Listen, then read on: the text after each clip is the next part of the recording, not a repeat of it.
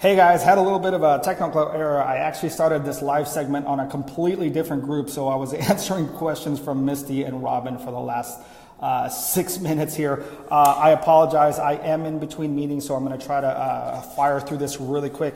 I thank you for all the questions. So let's go ahead and get started. The first question is from Misty. She actually has 2 questions.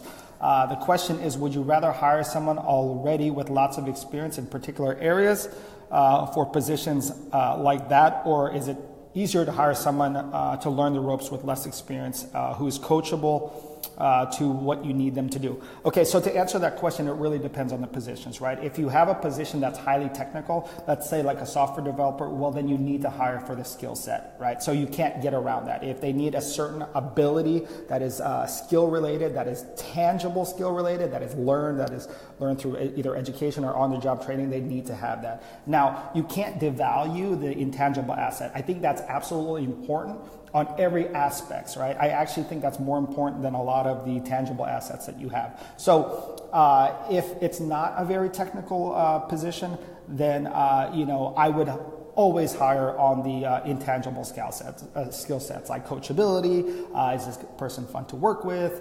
Are they willing to go above and beyond? So it really depends. However, there's going to be a balance of both, right? So like, if I have one candidate versus another candidate and one candidate has technically superior than the other candidate, but is a complete jerk, I probably won't hire that guy. I'm going to hire someone that's has more coachability. However, again, depends on the level of technical skill sets that you need within a job. Really depends on if you're going to hire someone with experience or not experience. Hope that answered your question.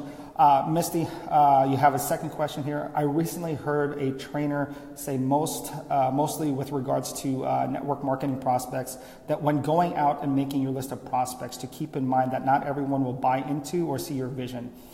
We can probably all agree, but this lady talked about focusing on the right people. Right people in the business mindsets that have business and they have previous success. Those seem to have drive and vision already. She said too many people focus on getting everyone to come aboard, so they get frustrated when the regular Joe happens. So my question to you would be, do you recommend people who are also hiring for businesses or seeking potential clients, prospects, would be doing this too? So what Misty's asking here is Misty's basically asking when she's going out for network marketing prospects, I guess her trainer said look for the right people, and would it apply to business owners or employers as well? Yes, absolutely. It's very similar to your previous question. What basically you're looking for is, I think from a network marketing, I don't do too much network marketing, but like I do hire from all different levels of skill set. And basically what I do is, as a recruiter, what we do is we look at previous success, right? So if I'm hiring someone that's skilled, that's experienced, I look at what their previous success is. And so your trainer is right in that sense. I'm looking for the right people. Do they have a level of success in their prior career or prior job, right? What is their rate of promotion or advancement is something that I look for too. Is, were they an individual contributor? Did they become a manager? Did they become a director? What was the increasing responsibility? Now, if someone doesn't have a professional background, someone might be coming out of college, someone might be coming out of school, then I look at some other extracurricular activities and what kind of success did they have? Did they go above and beyond just going to school, right? So if you're in high school, did they play sports? Did they were in the student body? What did they do outside of their regular activities, such as college too? Were they in fraternity or in sorority? Did they do community service? So when I'm looking for, I guess, in your case, you're looking for partners, I would look at the level of success or level of commitment or level of activity that they had prior to that. Prior to you bringing them on as partners. So yes, it happens between, from a network marketing partnership and also from a business partnership, that we are looking at success in their past, because generally, oftentimes, I mean, like, lepers don't change those stripes very easily. So, you look at the past and see what kind of success that they have. And generally, it's somewhat indicative, or it's pretty indicative. Actually, I will go on the limb and say it's pretty indicative if they're going to have success as a partner with you or as an employee of yours. Now, again, once they become partners or once they become employees, it is your responsibility to create the environment so they can blossom in that particular situation of yours. Hope that answers your question. We're going to go next to Robin. So Robin, hey Robin. After reading your blog about the salary of Ironman triathlete, I will ask this. Would you describe how Ironman athletes maintain disciplined mindset consistently? Are there any tools besides the desire and keeping your eye on the goal? So Robin's asking, is there any tools that help, a particular mindset? I'm going to say no. I'm going to say mindset is a choice. It's a decision that you make. And basically how that happens, and I'm going to just speak for me, is that when I have a goal, I understand what the goal is and I understand why is it important. When I understand why is it important, then I start to become committed, right? So once I become committed, then everything else starts to fall in line, right? Again, why are you doing the goal? Why is it important to you? And then you have to make a commitment that you're going to achieve the goal. So in regards to an Ironman, if you guys don't know what that is, I'll give you a brief example. An Ironman is a 2.4 mile swim followed by a 112 mile bike and then a full marathon, a 26.2 mile marathon after. So when I did this, I asked myself, why is that important to me, right? Well, I was 240 pounds, I was smoking a pack a day, I was 42-inch waist, and I wanted to have a family. And my health at that particular time wasn't very good, so I wanted to do something. I wanted to achieve a goal, a pretty audacious goal, because I wanted to be a healthy dad to my family. So that was why it was important.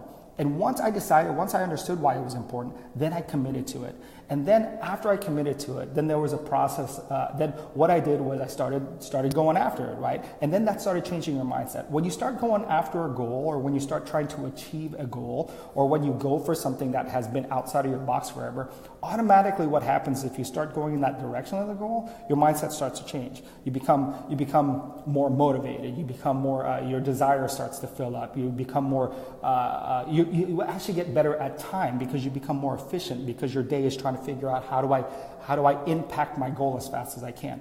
So I don't know if there's really tools per se. I think you need to have that mindset first. And then once you have that mindset and that desire and that commitment, then what's going to happen is then you can start to flood it with tools. And what tools is going to do is make you more efficient at getting to your goal, right? So in the case of an Ironman, it's like, okay, could I get a better bike, right? That's a tool. Could I get a better bike? Could I get better wheels for the bike? Could I get a better heart rate monitor so I know how my heart's beating, how much power I'm pushing to the pedals? So those are tools that help you get more efficient. However, it will never take the place of the mindset or the desire or the commitment to actually go after your goal. So I would say, kind of like Simon Sinek says, is understand your why and why you're achieving those goals. Robin, hope that answered your question. Next is Kimberly. Kimberly, question is, I want to embed my massage therapy clinic as satellite clinics inside the corporate world where our clinics spend their time, or our clients spend their time, excuse me. I still need to book a corporation to pitch this to. Problem is the gatekeepers. How do I get past those decision makers? Okay, so this is a sales question. I would probably pose it to Mr. Black or Dr. Black there as well. Here's what I do in our business. Basically, and I'll just kind of talk from this particular standpoint. I go to a lot of networking events, right? So the first thing is I go to a lot of networking events. You have to put yourself out there. Anywhere there might be a chance to run into someone face to face, right? So I do a lot of networking events. I do a lot of charity events. I do I actually host a lot of networking events. I host a lot of mixers. And then what else do I do? From that particular point, I use LinkedIn. If you guys aren't on LinkedIn, you really need to start using LinkedIn because that's where everyone kind of communicates from a professional standpoint. I've gained a lot of clients just from LinkedIn. And what I do on LinkedIn is I actually post a lot of like blogs, or I put a lot of things up about my company so they know who I am, so I can get a little bit more I can get a little bit more attention. From a direct sales aspect, sometimes I'll call in and I'll ask for that decision maker. Generally, I think in this particular realm, you might be depending on the level of size of the business, you might be contacting the human resource department. I've never really had a problem getting into a human resource department. I just call in and just say, hey, I'm looking for so-and-so. I already know their name and their title because I looked them up on LinkedIn. Again, know their name, know their title. Ask the receptionist, hey, I'm looking for so-and-so in this HR department. She's the HR benefits manager or HR compensation manager. And they'll ask, what's this concerning? I'm just saying I'm calling them back, right? And then the minute you have the ability to talk to them, then tell them what you're all about. However, I'd also use email too. So I use an email I use a phone call, I use an email to introduce myself, I tell them my service, I follow up, right? So just because there's a gatekeeper, you got to find creative ways to go around them. But my advice to you is just don't stop, because there is easy ways to go around them. Again, you know what? The more information you know about the decision maker, the better. So hopefully that answers your question, Kimberly. I'll move right along to Salu. I think that's how you say your name. I have a family business with multiple assets. I'm not sure if we should put our assets in trust or if there's another option with putting our property under a family LLC. I've heard of putting other LLCs under an umbrella. Also, if it's not too much to ask, what type of life insurance policy do you have or recommend for business owners? So I'm not an estate planner. I'm not an attorney, so I can't really give you advice on how to structure your LLCs or how to structure your assets and put it into different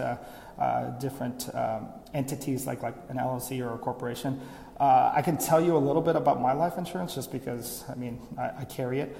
It really depends. There's different kinds of life insurances. And again, I'm just giving you advice. I'm not a licensed agent, so I can't tell you what to get from a life insurance policy.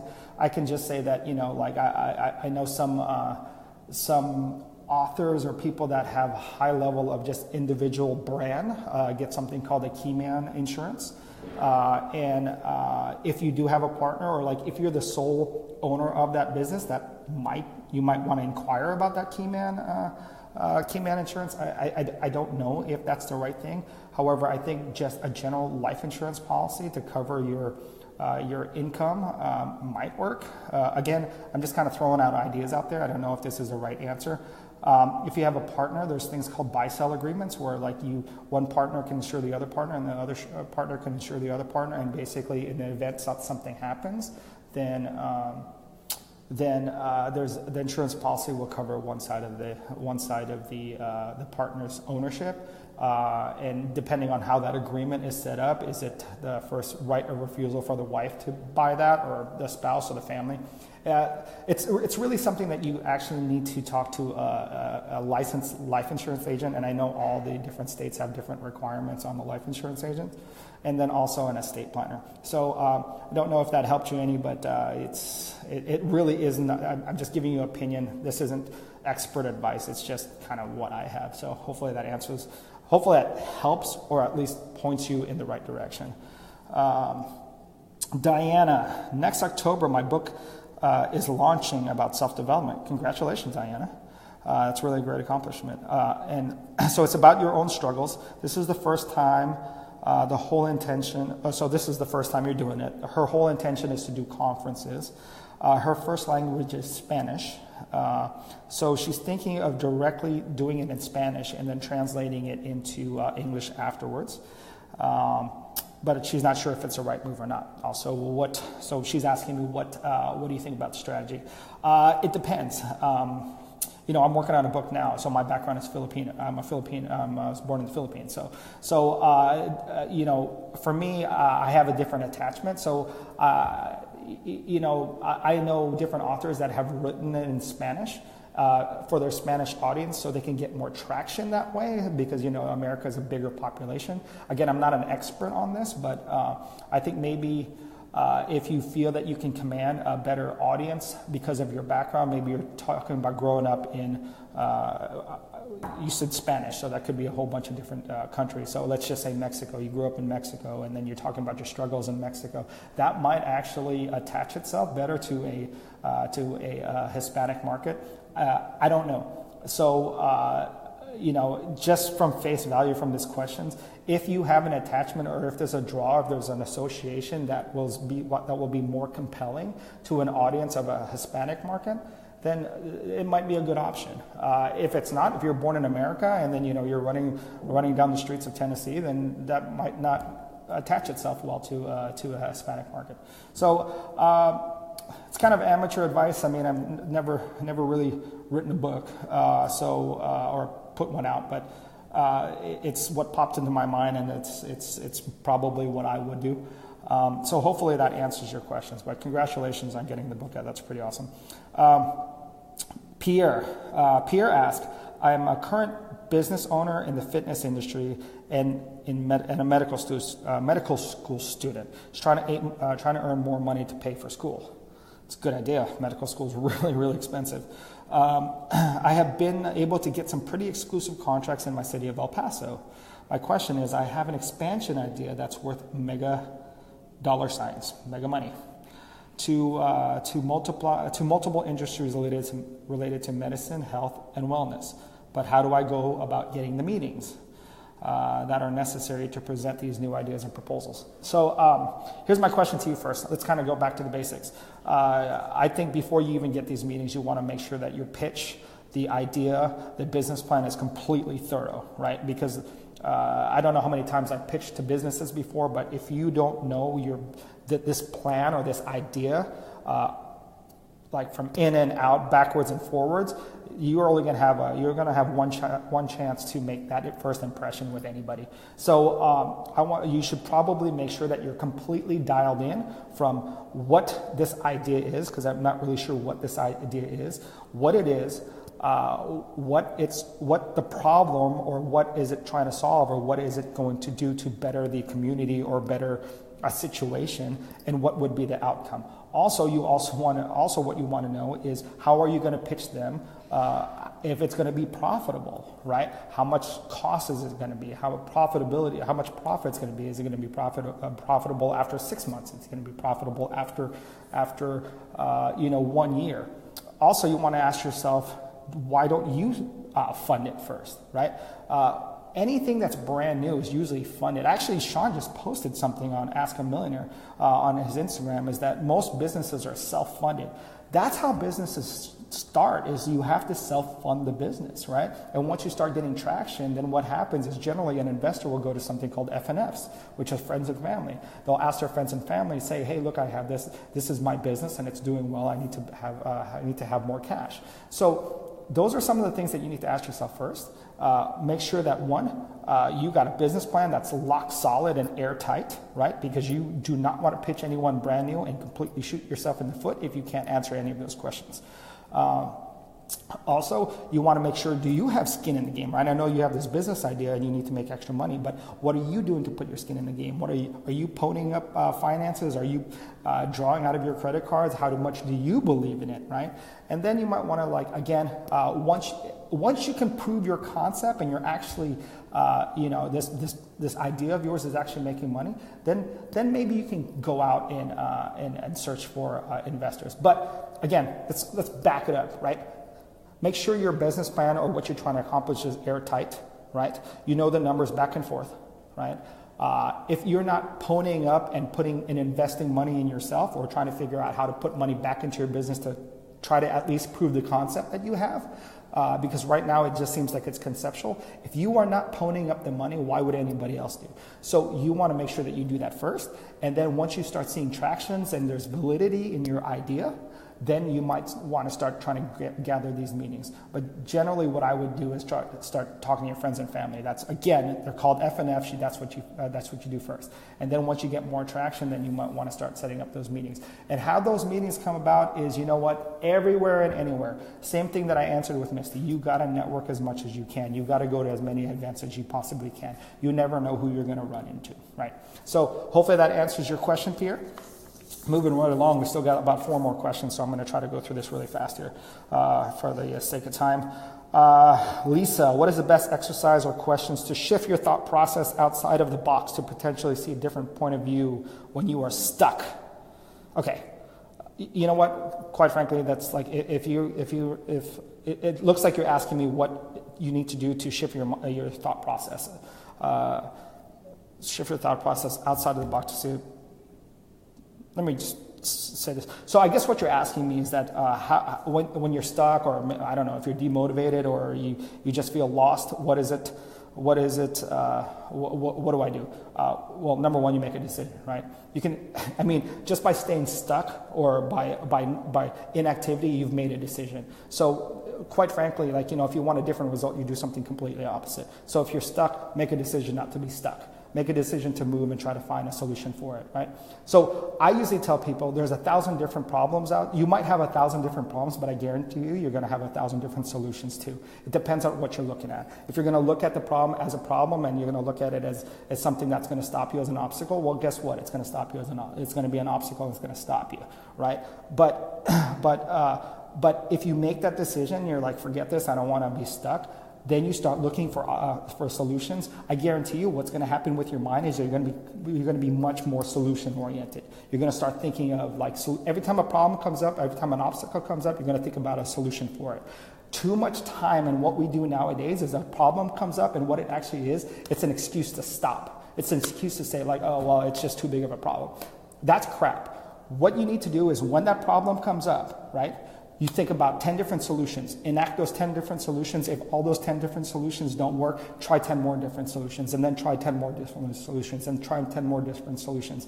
And after you're done trying 100 different solutions, I'm guaranteeing you're going to find one that works. And what's going to happen is after that, after you do that process, you become more efficient because you're training your brain to act more solution oriented. So if you are feeling stuck, start acting in a different way. So when you feel stuck, make the decision to be unstuck, and then come up with solutions to the problem that's keeping you stuck in the first place.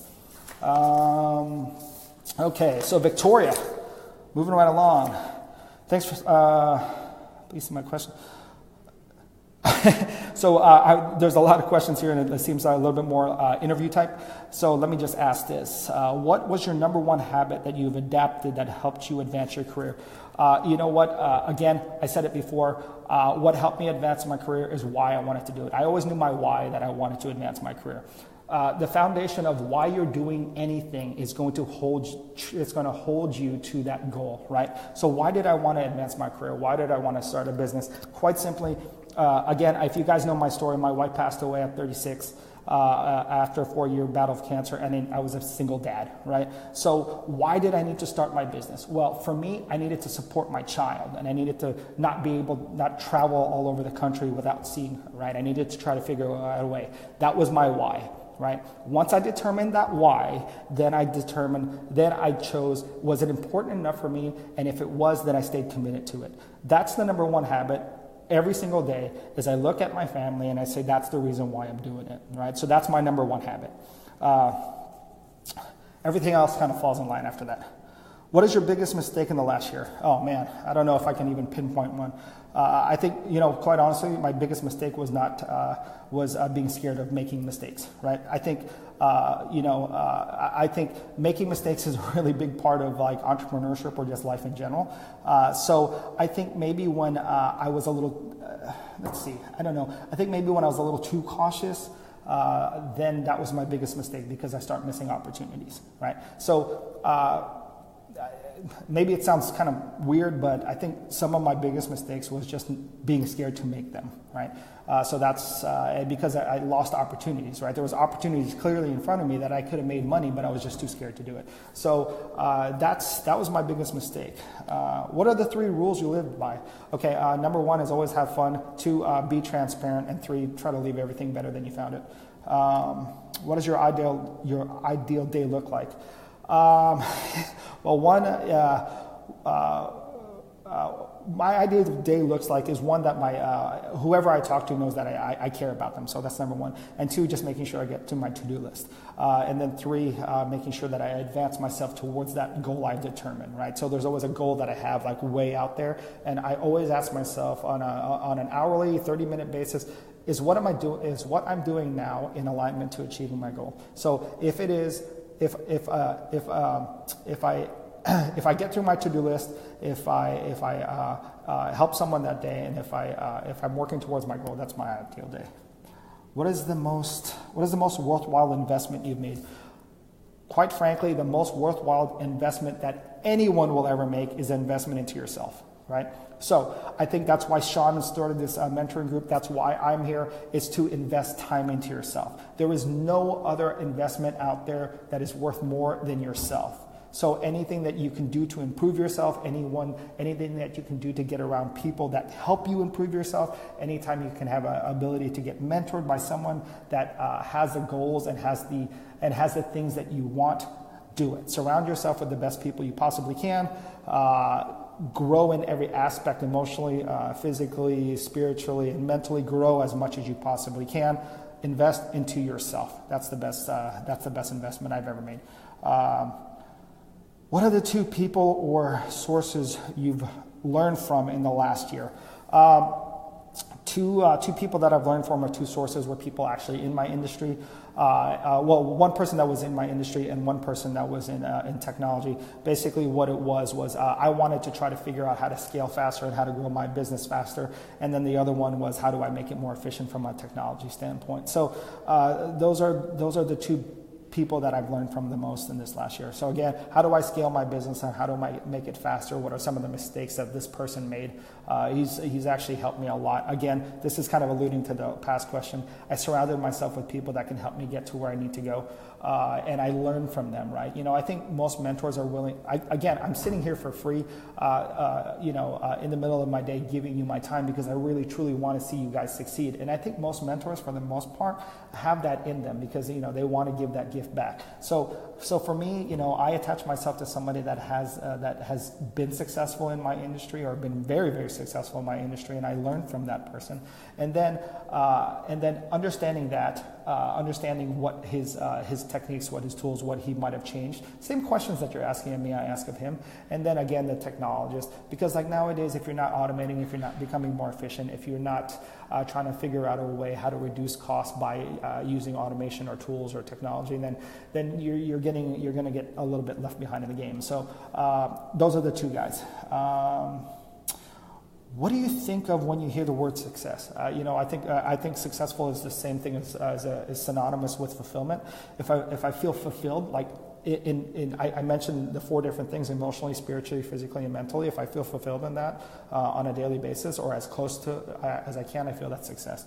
Success isn't anything about a cash dollar, or it doesn't mean about cars or anything like that. Success to me is, did I accomplish something? Am I living my life to my potential? Am I being the best version of me as possible? So that's what I define success. Why?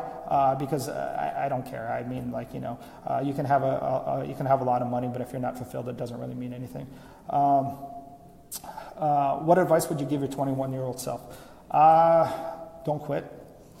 Just don't quit. I mean, the thing is, we're gonna fall down. We're gonna make mistakes all the time. Just don't quit. I think that's the biggest thing that you can ever do. Yeah, that's it. What's your morning routine look like? I get up, brush my teeth, I get on my exercise bike, I ride that for 30 minutes, and then I go on Instagram and I respond to a lot of the comments I get. I check my emails while I'm on my bike, and then get my make breakfast for my daughter, and my wife takes her to school, and I'm out to work. Pretty simple, kind of an ordinary guy. 2 more questions here, so try to get through these. Hi, Paul. What questions would you ask yourself if you were asked to manage someone else's businesses, B2B? This is a very general question, so I'm going to answer it that way. I don't know if you're taking over someone's business or you're taking over their accounts. So let me just answer it from both. If you're taking over the business, I don't know, I would ask if you're now going to be responsible for their business, then I would, or if you're buying it, I'm not exactly sure what the question is, but if you're buying it, what's the profitability? What is their net operating? Who are their clientele right now? I mean, like I really kind of dig in and dive into what their business is doing from like a complete operational standpoint. So if you're taking over their businesses, like their accounts, who the key people are to talk to. I mean, I would, if it's cold, I mean, hopefully that if they're exchanging accounts to you, then you have the previous salesperson introduce you to these new accounts. Then you set up an initial meeting so you can kind of build that relationship, so you can start forging that relationship when you're taking over the accounts. If you don't have that ability to where the previous salesperson is giving you those accounts, then what I would do is I'd give them a call and just let them know, hi, I'm Patricia. I'm Patricia, and I'm now going to be handling this account. Love to take you out to lunch, get to know you a little bit more, and try to build a relationship. Again, when you're dealing with a business relationship, you have to understand that at the end of the day, it's still a relationship. So if you're taking someone over as accounts, you need to build that relationship again. You got to forge that relationship again.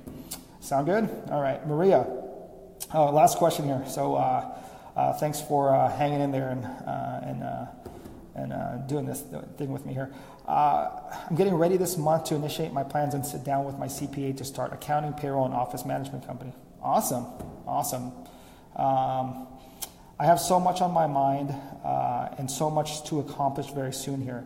I use simple strategies like alerts, alarms, written lists to help me get things done and check off and prioritize my day. Do you have any suggestions on how to better manage your time or to stay organized to be as productive as possible? Since I can't afford to hire an assistant, I need a bit of guidance on what strategies work for you. I was thinking if there may be an app or software suggestion.